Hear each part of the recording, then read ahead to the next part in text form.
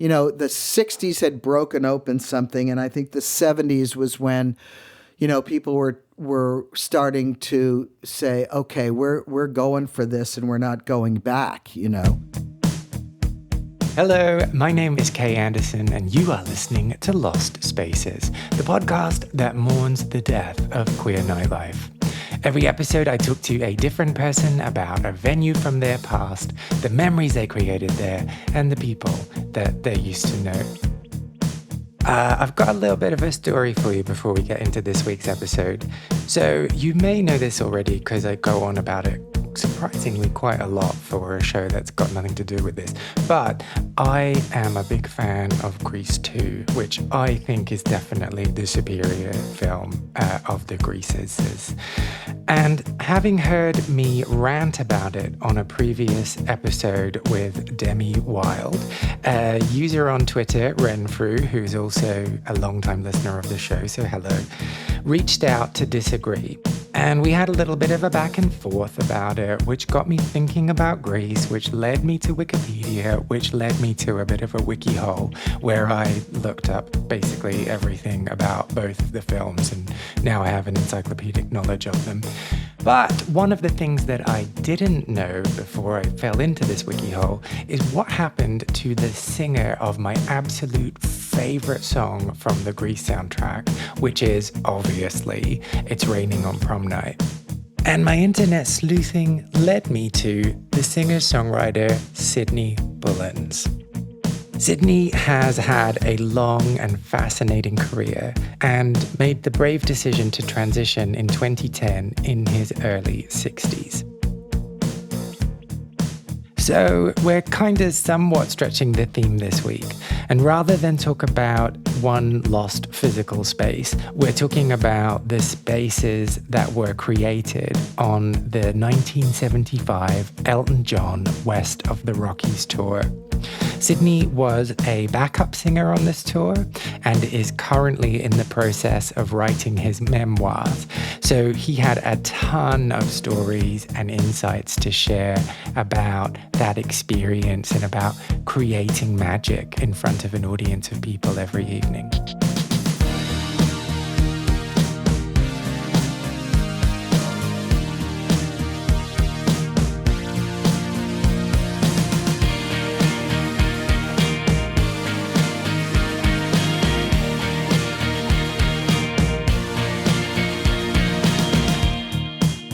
I was living in Los Angeles and just kind of hanging around this one particular studio, Cherokee Recording in Los Angeles, and who I knew the owners to. They were brothers who were my age or a little older, I guess, because I was only 24, 25 years old.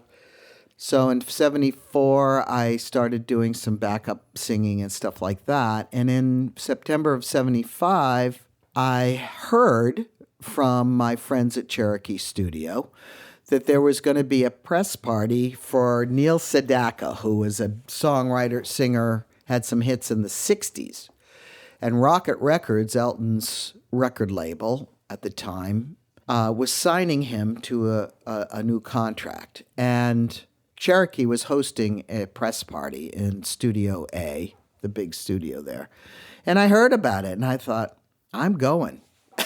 And so I walked into Cherokee, and like I said, the guys were good friends of mine, three brothers and their father, and the three brothers were really good friends, and I had done demos there and was hanging out there. And I walked into the control room where they all were kind of observing this press party that was going on, kind of like a fishbowl. We were looking into a fishbowl of this press party.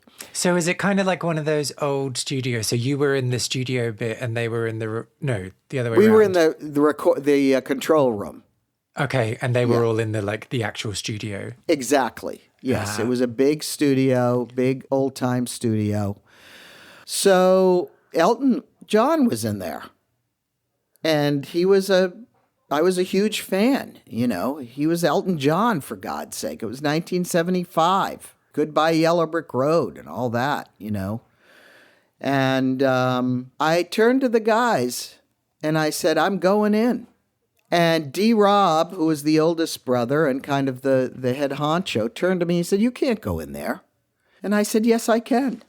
I did. I walked in and I stood there. I remember exactly what I had on for clothes. And I was tall and skinny, and I had on bell bottoms and my big fry boots, and I had on this rock and roll jacket that was embroidered in the back. A tiger was embroidered. It was purple and green, and it was embroidered in the back. So you were the shit then. Yeah, and I had big, my big blonde, curly, naturally curly, wavy, I should say, not curly, wavy hair, which was the 70s cut, that mane, I say in my show, the mane of 70s hair. And I was just standing there, and I went up to somebody and started a conversation, and the guy engaged with me. And before I knew it, out of the corner of my eye, I saw Elton walking toward me. And for a minute I thought, uh-oh, he's going to kick me out. Well, we all know now that Elton John would not be the person who would kick me out of his own party. But that was the thought I had.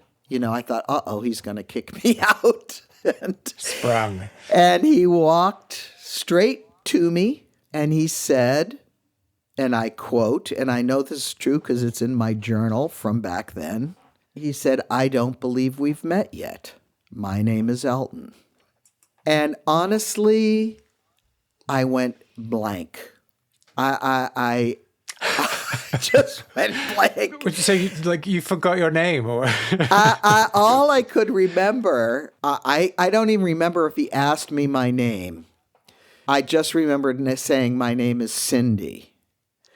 And I say in my memoir, if I had said my name was Chris or Sandy or some non-gender name, the mystery would have gone on because I looked like a guy. I was androgynous, completely and totally androgynous. I was called sir as much as I was called ma'am back then, or miss back then. And really, you could not tell. And that was who I was. That was me. I wasn't putting anything on. I wasn't pretending. I wasn't dressing up for a reason. That was me. That was my wardrobe. That was my look. I knew that I felt like a man in a woman's body. I didn't have a name for it. There was no name for it back in the 70s that I knew of, except maybe transsexual. Transgender was not a term that came in until the 80s. And I know now that he didn't know whether I was a man or a woman. I didn't know then. So the mystery was over in a matter of seconds. No man is named Cindy that I know of. And we talked. Now, I really have no clue what we talked about. I don't have any idea what the conversation was after I said my name. And he walked away after a few minutes, but he didn't kick me out.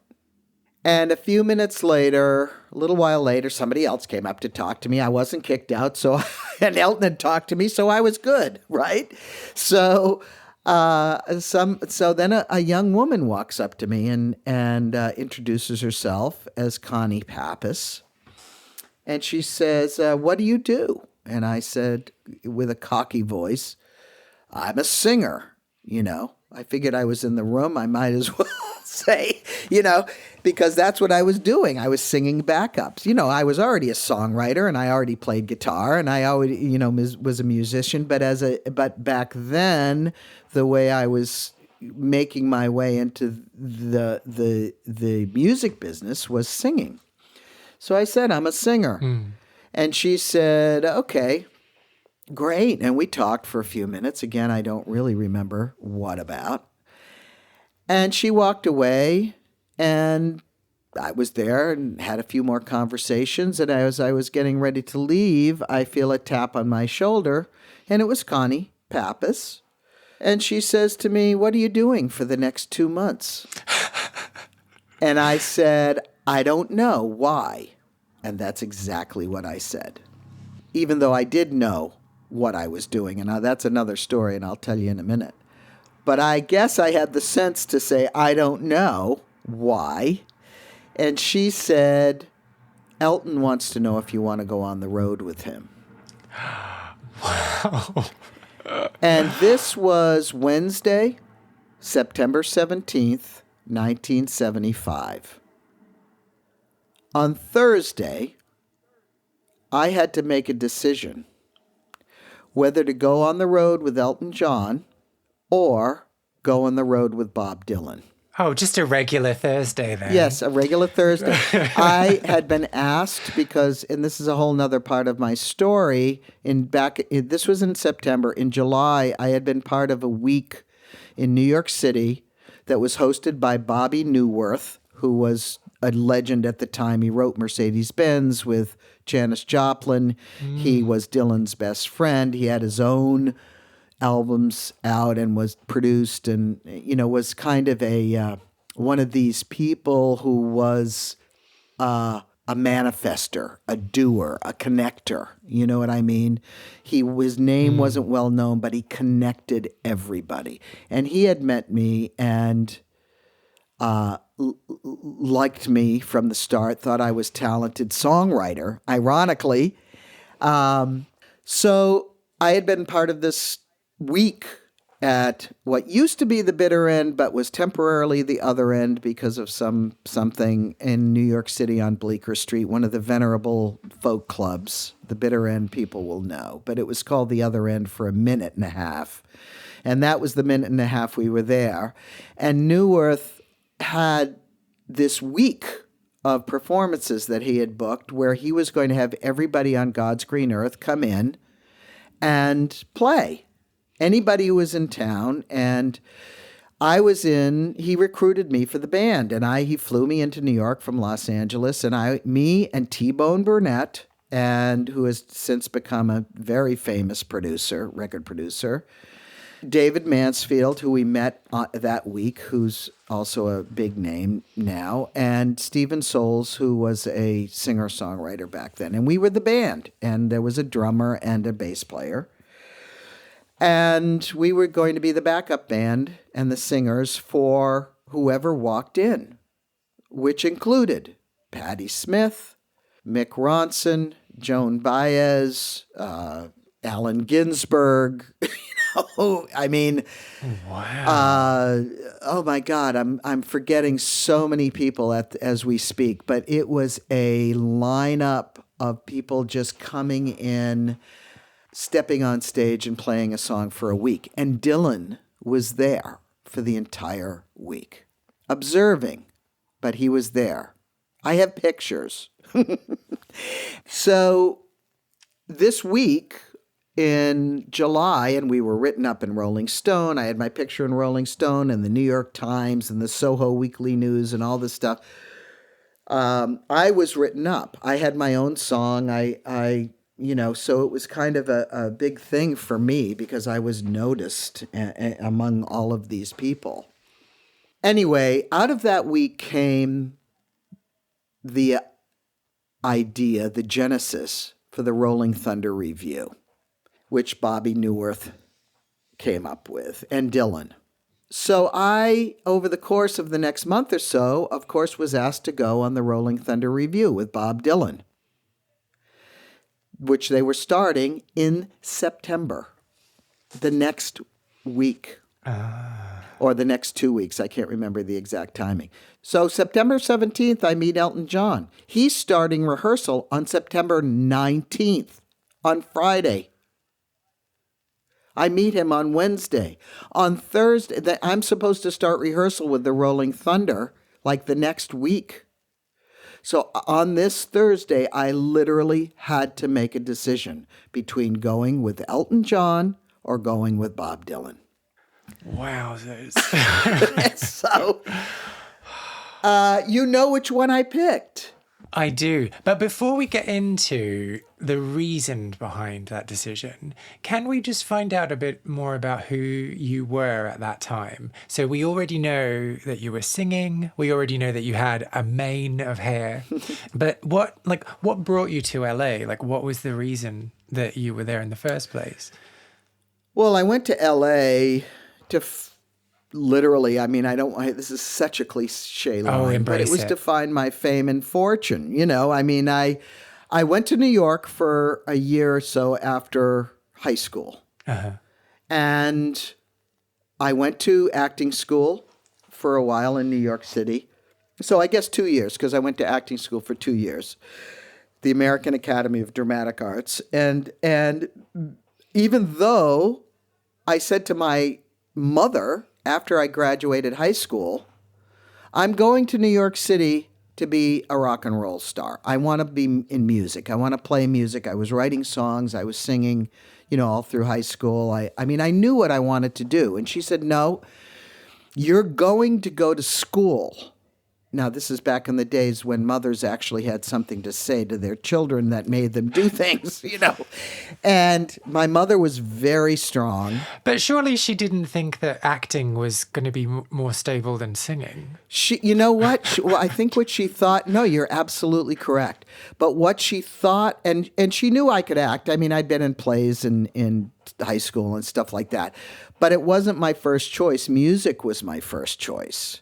But I think what she thought is that acting, that I had to go to a school, that at least if I went to an institution, that I went to some place where I had to show up every day, where there was a schedule, where there was, some learning going on of somehow. And I also think she thought that acting was more respectable than rock and roll. I don't think she thought through the fact. In fact, I know she didn't, because here's the twist.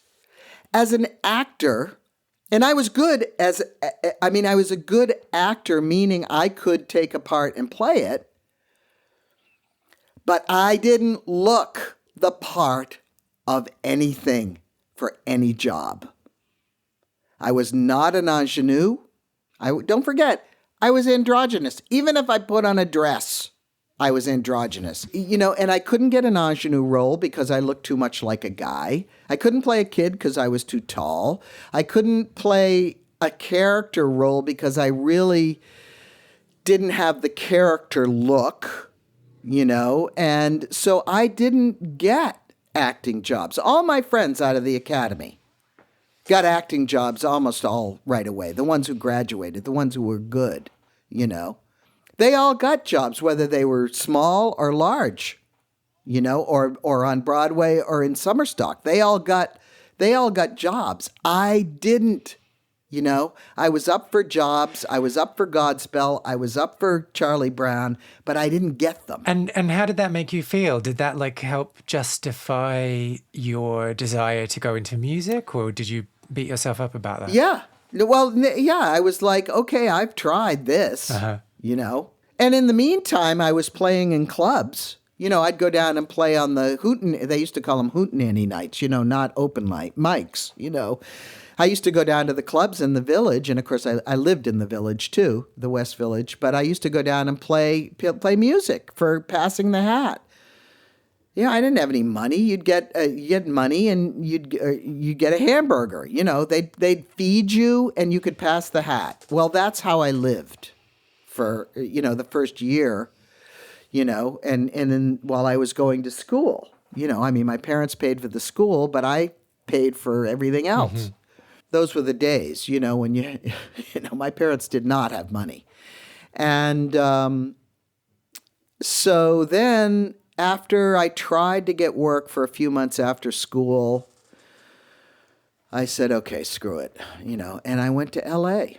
And in 1973, and that's when, and I lived on somebody's couch who I didn't know for a couple months, and then I lived in Bob Crew's basement storage place, that had a loft bed. And then I worked in gas stations. I pumped gas. I did everything that everybody does, and I played in little clubs, although LA was very hard to find clubs to play in. It wasn't New York, it's a different vibe, and so anyway, and then I started getting little gigs and backup vocals with Bob Crew and other people at Cherokee. And then I met Elton and I met Bob Newirth, Yeah.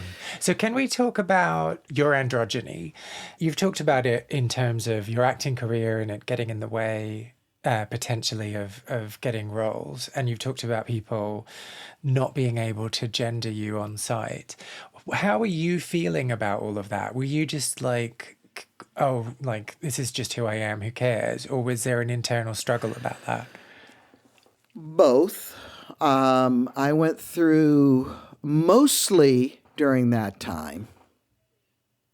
Let me back up a little bit. When I was 19 or 20 and I was in New York City, I went to the New York Public Library to find out what I was. Now, nobody in New York, none of my friends at the Academy, American Academy, knew about my internal struggle. Nobody knew. They didn't. I was asexual, basically. I didn't have boyfriends. I didn't have girlfriends. I was pretty much asexual at the Academy. I had a female roommate who is still my best friend to this day. We're total friends. Yeah, still my best friend to this day. And I had a roommate who was a woman. We never crossed boundaries. And I had a best male pal who I'm also friends with today, who I did try because he wanted to have a relationship with me, and I kind of tried, but it was like, no, let's be friends. And so I was asexual, and I didn't tell anybody anything. Maybe Pam, my best friend, knew. Maybe I told her at some point, but basically not. So but in the middle of this, on my own, I went to the New York Public Library, and I went to, I guess there was a gender studies, some kind of, aisle there. And I pulled out a book and I sat down and I saw the word transsexual. And I thought, well, I guess that's me. And there was an address in the book.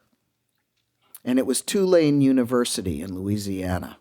And I went back to my place and I wrote a letter and I sent it to this address. And I asked for all the information that I can get on changing my gender. This was 1970. And about 3 weeks later, I got this big manila package in the mail. And I tore it open. Nobody was around. I tore it open.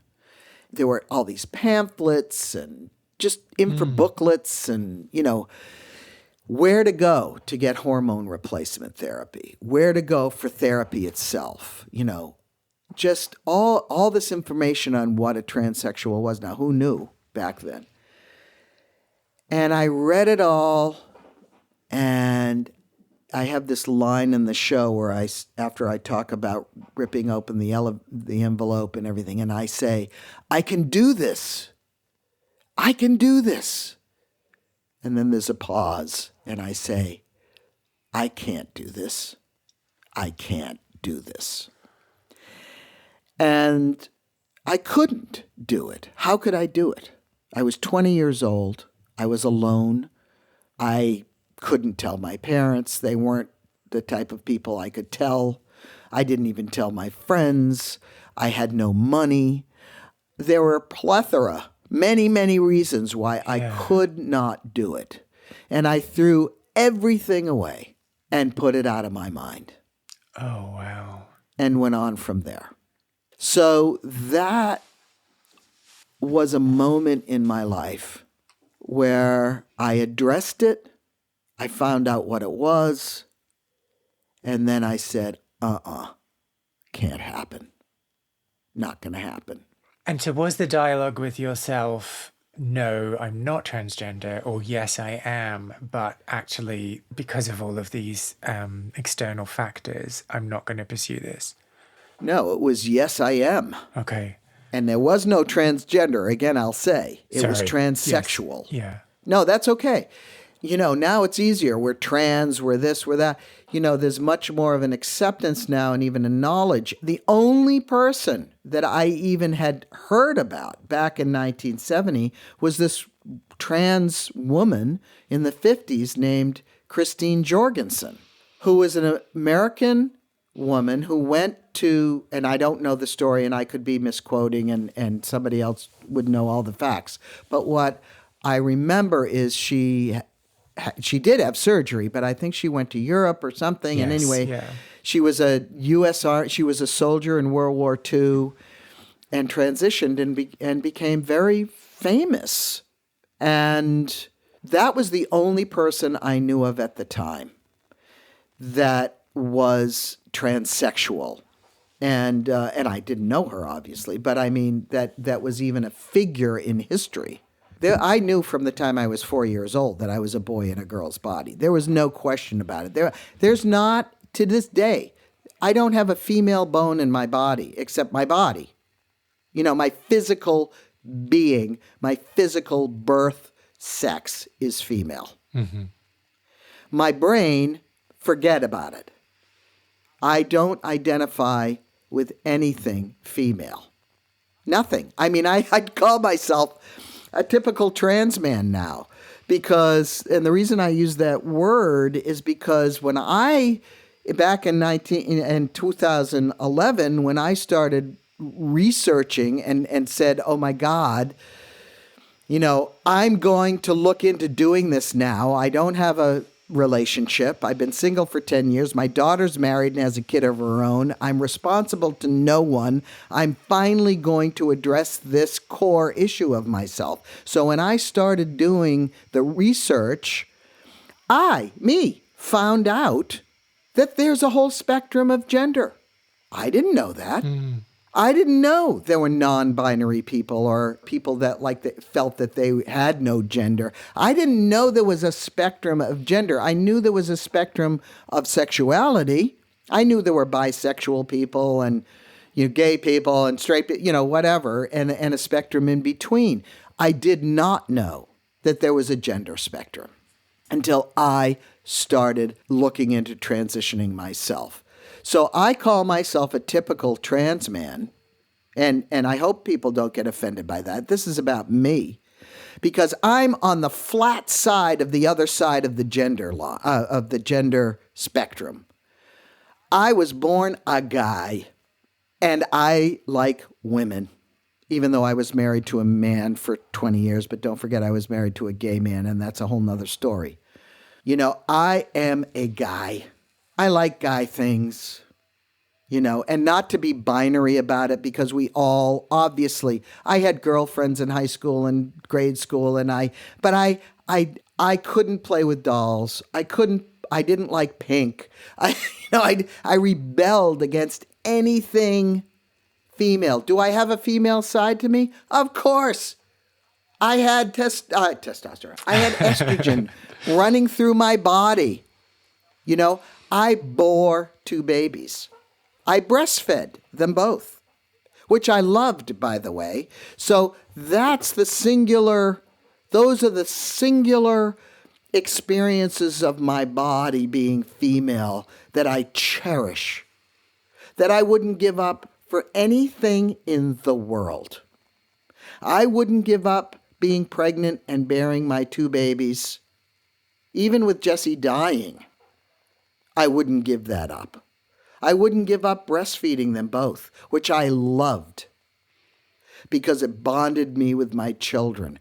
I feel like I have had, with all my struggle, with all of my confusion about sexuality and gender and who am I and what am I and what am I going to do about it? And what can I and can't I do about it? And, throughout my entire life, being misunderstood, being misgendered, being everything, all of that. But I'm still grateful that I had the opportunity to bear children and to have children myself, me having them, me bearing them, me watching them come out, me putting them on my chest, me having my newborns breastfeed out of my own breasts. I hated my breasts, by the way. Hated them. Hid them every time I got out of the shower. Hated them. And that was the only experience twice in my life that I felt they were useful for, that I was grateful to have them for. I despised them because they were the physical presence that I looked at. Now, of course, I have other body parts, but those to me represented the part of me that I couldn't hide, even though I didn't have big breasts. And my daughter says nobody noticed the difference, but that's another story. To me, they were, they were the physical presence that I couldn't hide. Reminder, yeah. Yes. So if we can go back to that, like getting rid of the contents of that envelope and deciding, like, I can't do this. I'm not going to go forward with this. How did that impact on your interpersonal relationships and romantic relationships if you were making this decision? Or was it just that you buried it so deep that it just didn't come up on your radar? Well, I mean, yes, I threw them away and put that thought away that I could ever transition. And I kind of bumbled my way through. Now, it didn't change the way I looked or the way I dressed I dressed like a guy. Mm-hmm. That's the way I dressed, unless I absolutely had to kind of dress myself up. And I don't mean in a dress. The only time I ever wore dresses after high school, after school, was when I was living in Westport, Connecticut with my husband at the time and having 2 kids. And I really made an effort in the 80s to try to be a woman. And that was like 3 times. And that was it. And then I finally said, ain't going to happen again, because I was so uncomfortable. But anyway, back to the envelope and back to that moment, I put them away, or I threw them away and just put it in the back of my brain. And as I said, I bumbled my way forward. I did not want physical romantic relationships. Now, did I want to be alone? No. I wanted somehow to have some kind of human contact with people. But I felt so uncomfortable in my own skin that I avoided it like the plague. Now, this comes into my drug addiction and alcoholism, because I did start using drugs really heavily. I did, and which I was not in New York in acting school. I mean, I smoked marijuana and I had a few glasses of wine, but I was not addicted to anything. When I got to Los Angeles, I did my disease, which was already there, I'm sure, of alcoholism and drug addiction, started really progressing. And a lot of that, I think, had to do with my uncomfortability, my discomfort with who I was. Mm-hmm. And I did, have some episode, a one-off here, a one-off there with both men and women. I mean, I wasn't a person who went and sought out one-night stands, but I would, if somebody had good, I had one thing which I never talk about, because I'm writing my memoir now, so you're getting things fresh off the page. I have to be honest in this memoir. I have to dig deep. And fortunately or unfortunately, as I've said, I have journals that go back 50 years.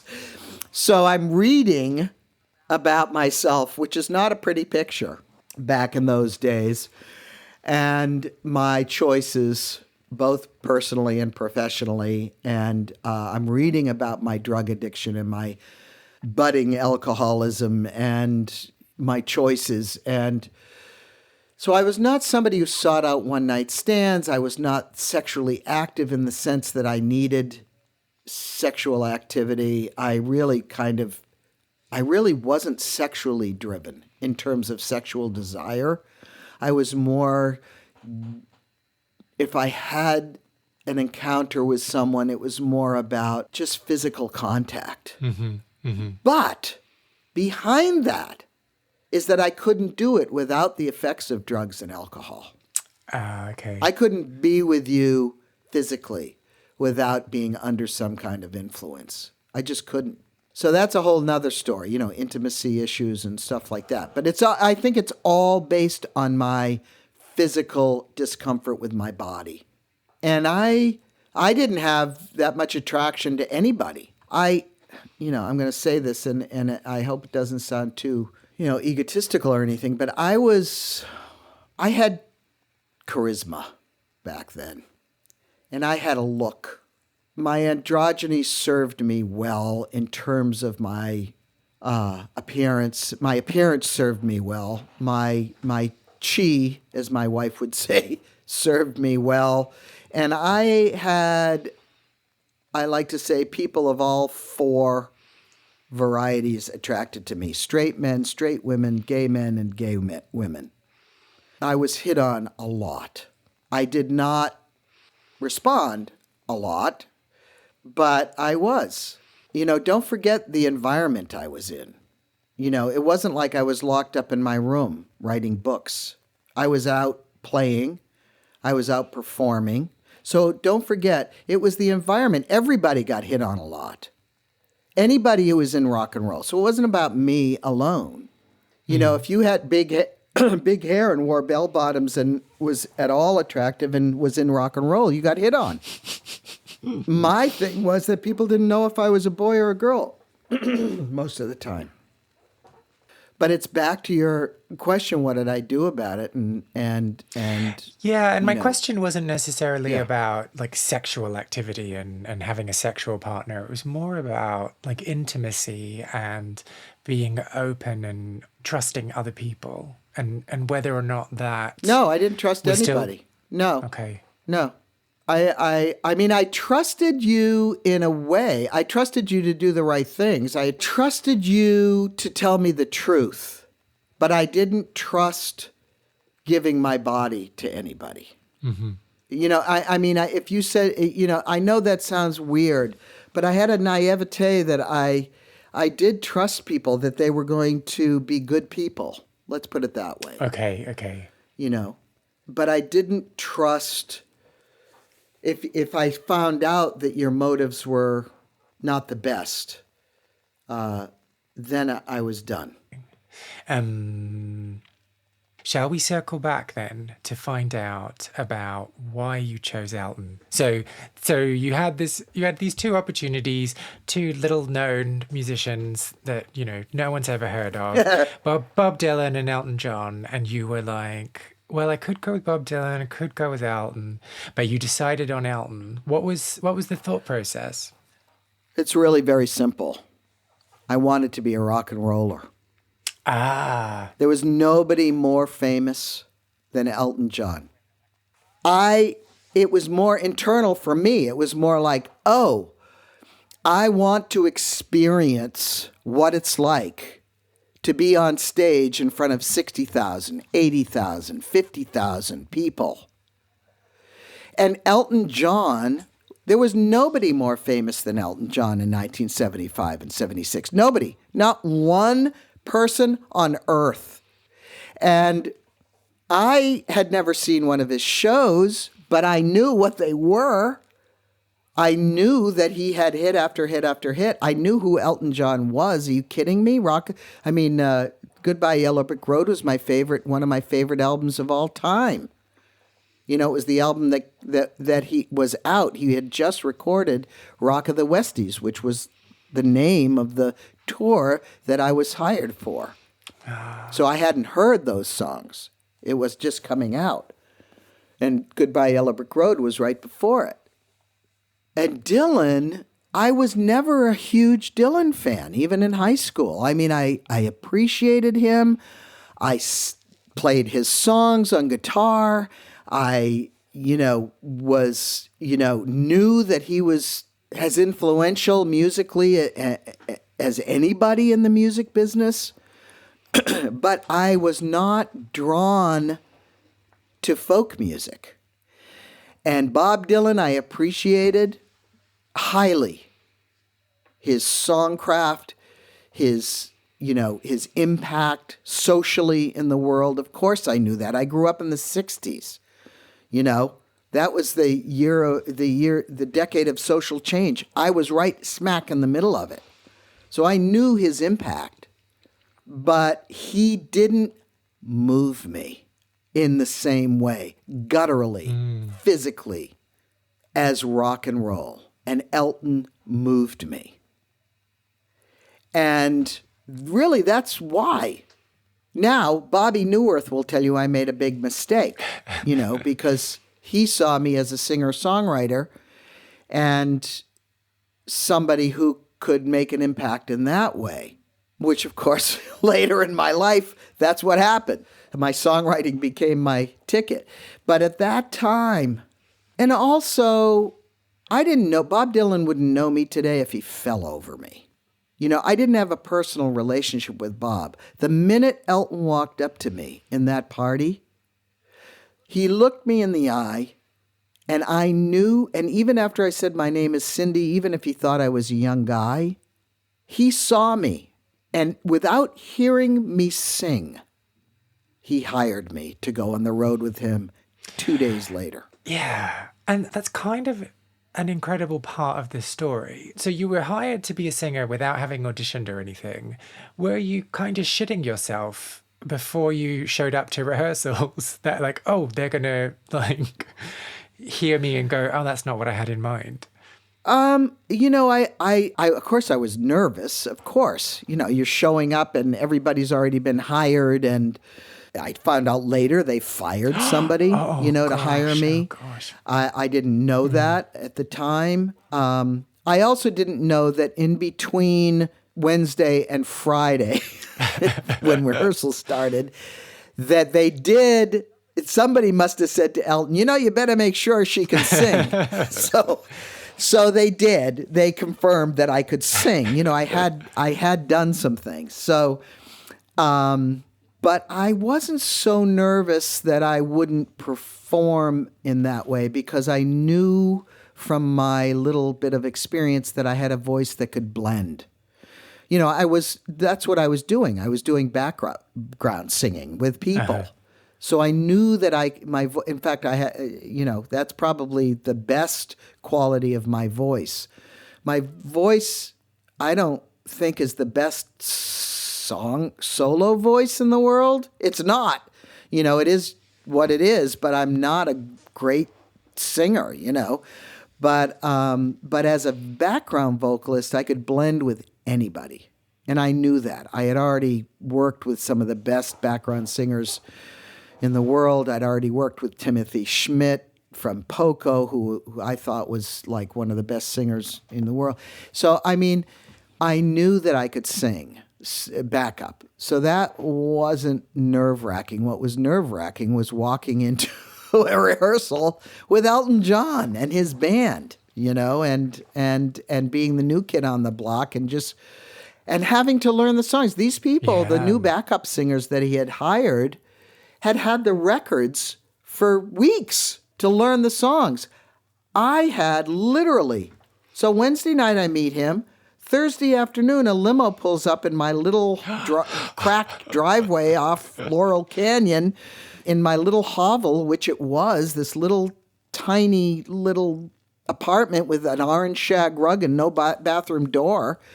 And a limo pulls in, and a guy gets out, and literally he has a stack of Elton John albums. Wow. That were, in my mind, a foot tall already in 1975. And he hands them to me, and the rehearsal starts the next day.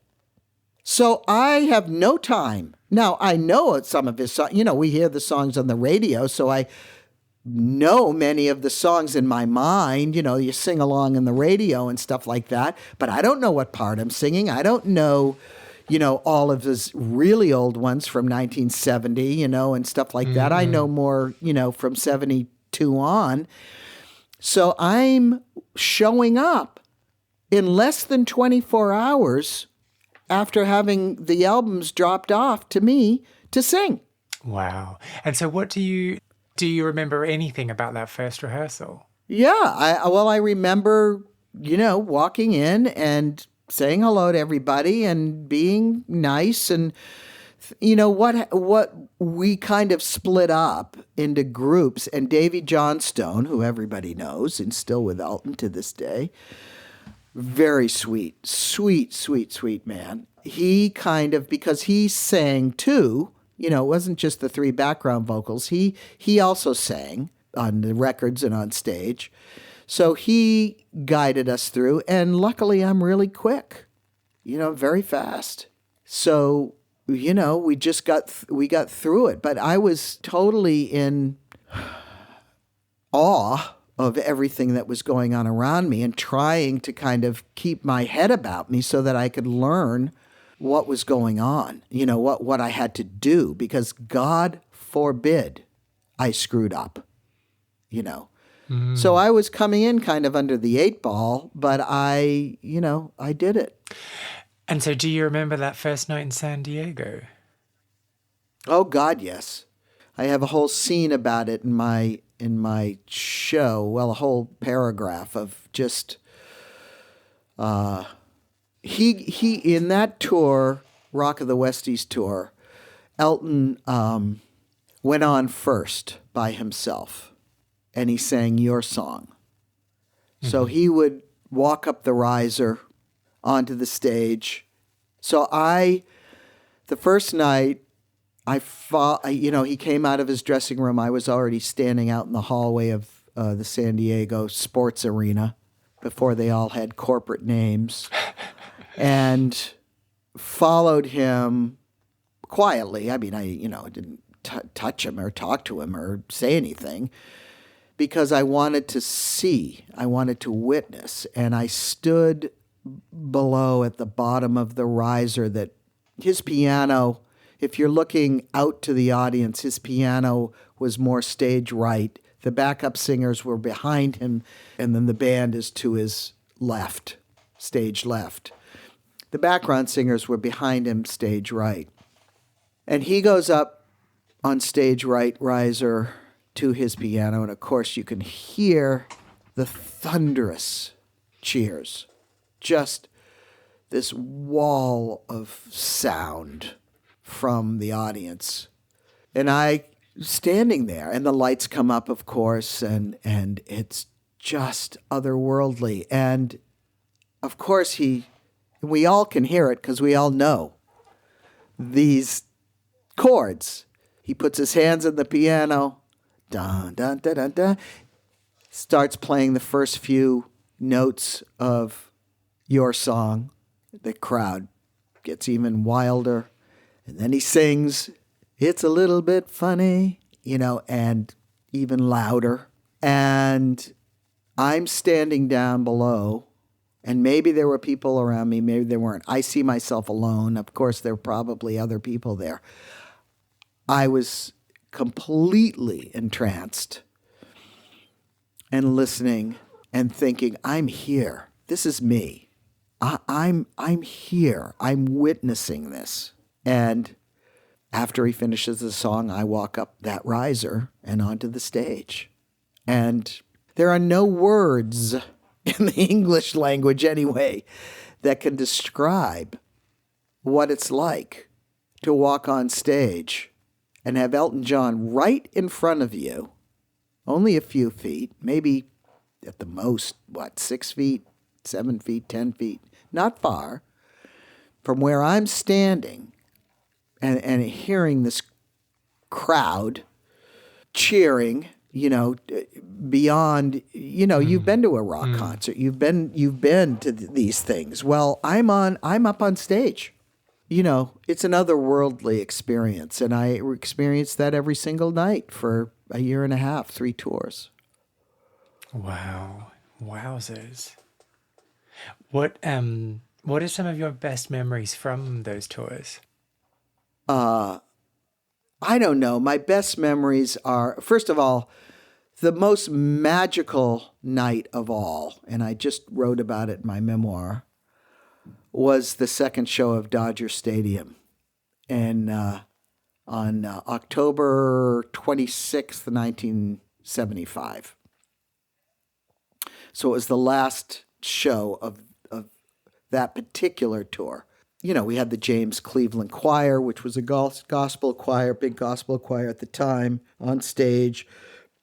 Billie Jean King, who was a friend of Elton's, who I had met during the tour, was up there on stage, not the whole time, but singing back up with us on the encores. And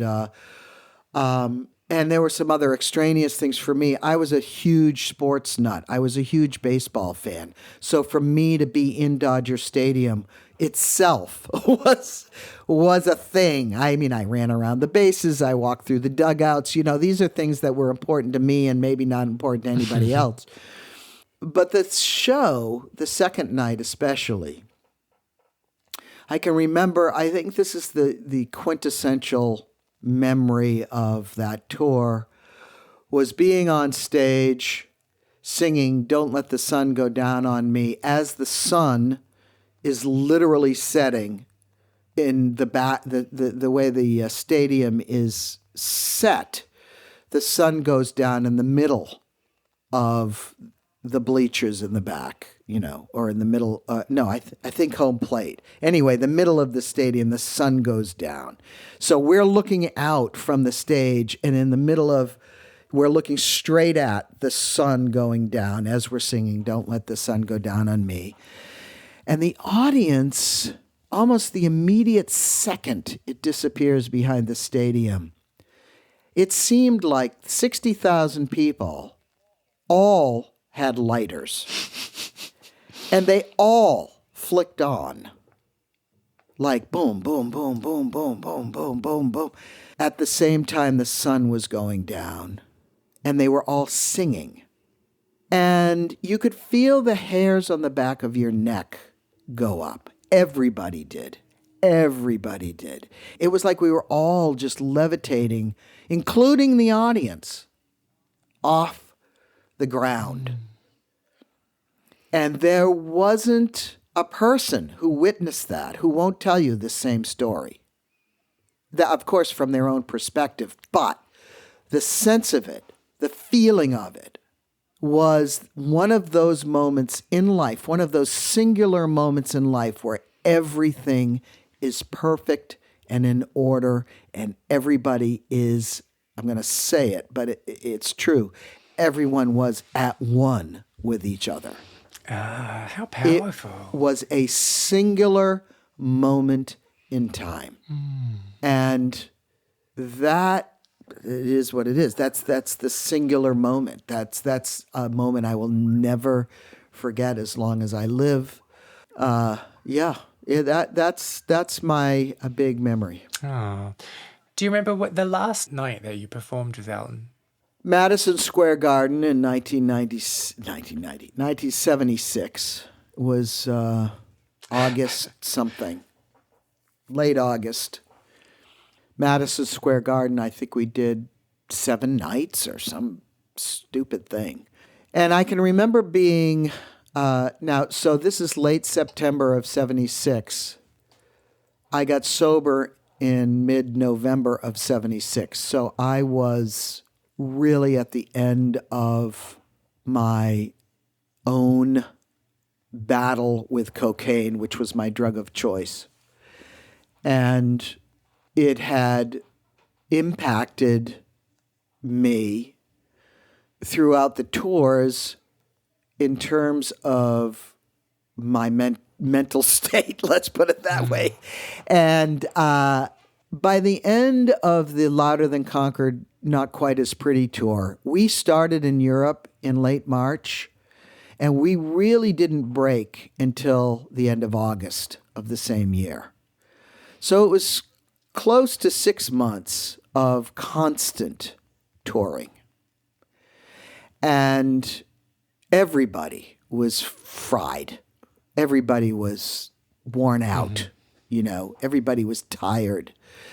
And for me, personally, not talking about anybody else, I was close to a breakdown because of the stress and because of my own addictions.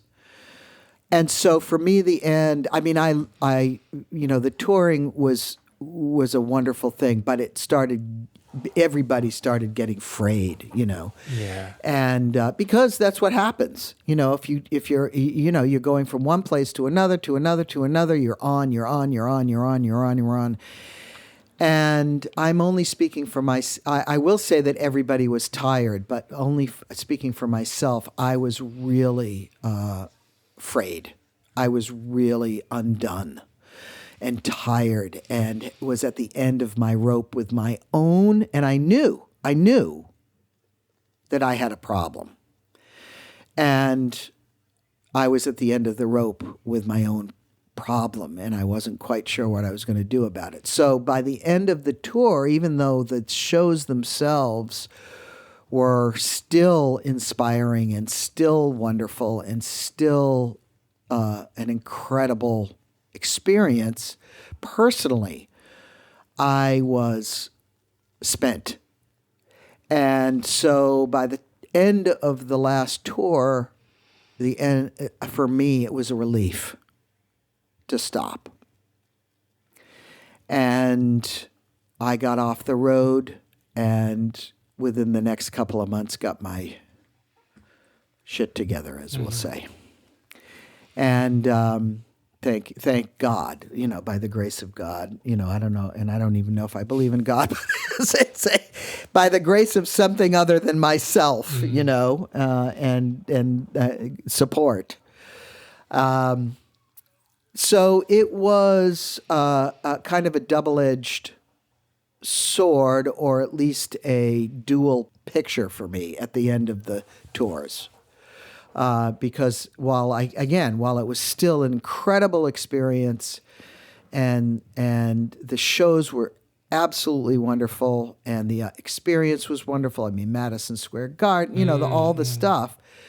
I was personally not in a good place, and that impacted me.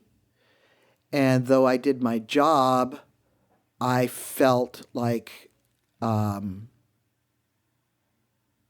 was not at my best. You were just done. You were just ready to be over. Yeah. But again, if I had been a sober human being, a clean and sober human being in the beginning, I wouldn't have, so the drugs really did impact me, my drug usage. And again, I only speak for myself, my drug usage. I was a drug addict. I'm an alcoholic and a drug addict, and I've been sober now for almost 45 years. Wow. So November 13th will be my 45th anniversary of when I stopped. So it was a gift to have that stark contrast of being in, now I'm talking personally and about this, but it was a gift for me to be in that stark contrast of being on stage with the biggest, most famous, the best, in my opinion, rock and roll solo artist of all time, and to be drowning in my own drug addiction and alcoholism. The dichotomy of the two things, and trying to reconcile those two things, for me, was the breaking point. And because I knew where I was, I knew what I was doing, I knew the opportunity I was being given, I knew who I was with, and yet I was dying on the inside. I could literally have been dying on the inside, and screwing up in my own mind, not at my best, not presenting. And I knew all of that. I was aware of it. So It was hard. It was hard for me. And I do think God or the universe or whatever it is we call it, when anybody calls it, whatever. I think something, my higher power, as we say in AA, and I am outing myself and I don't care. After 45 years, I really don't care who knows and who doesn't. But I really do think, let's say, the greater good for that dichotomy, for that split. Because had it not been so, it may have taken years more for me to come to terms with my own disease. Do you have any memories from dancing, drinking, meeting people, and having adventures on your own queer scene that you want to share? Well, if you do, please get in touch. I want to create the biggest online record of people's memories and stories. Go to lostspacespodcast.com and find the section Share a Lost Space and tell me all about what you got up to. You can also reach out to me on Facebook, Instagram, and Twitter as Lost Spaces Pod. Find out more about Cidny at his website, cidnybullens.com, CIDNYBULLENS.com. You can also follow him on Twitter at Cidny Bullens or on Instagram at CidBullens. Lost Spaces is not only a podcast, but a concept record as well. I have been writing songs about queer venues and the people who used to live their lives there, and will be releasing songs over the next year. You can hear the first single, Well Groomed Boys, which is also playing underneath my talking right now on all streaming platforms. If you liked this episode, I would really appreciate if you subscribed, left a review on your podcast platform, or just told people who you think might be interested in giving it a little listen to. I am Kay Anderson, and you have been listening to Lost Spaces.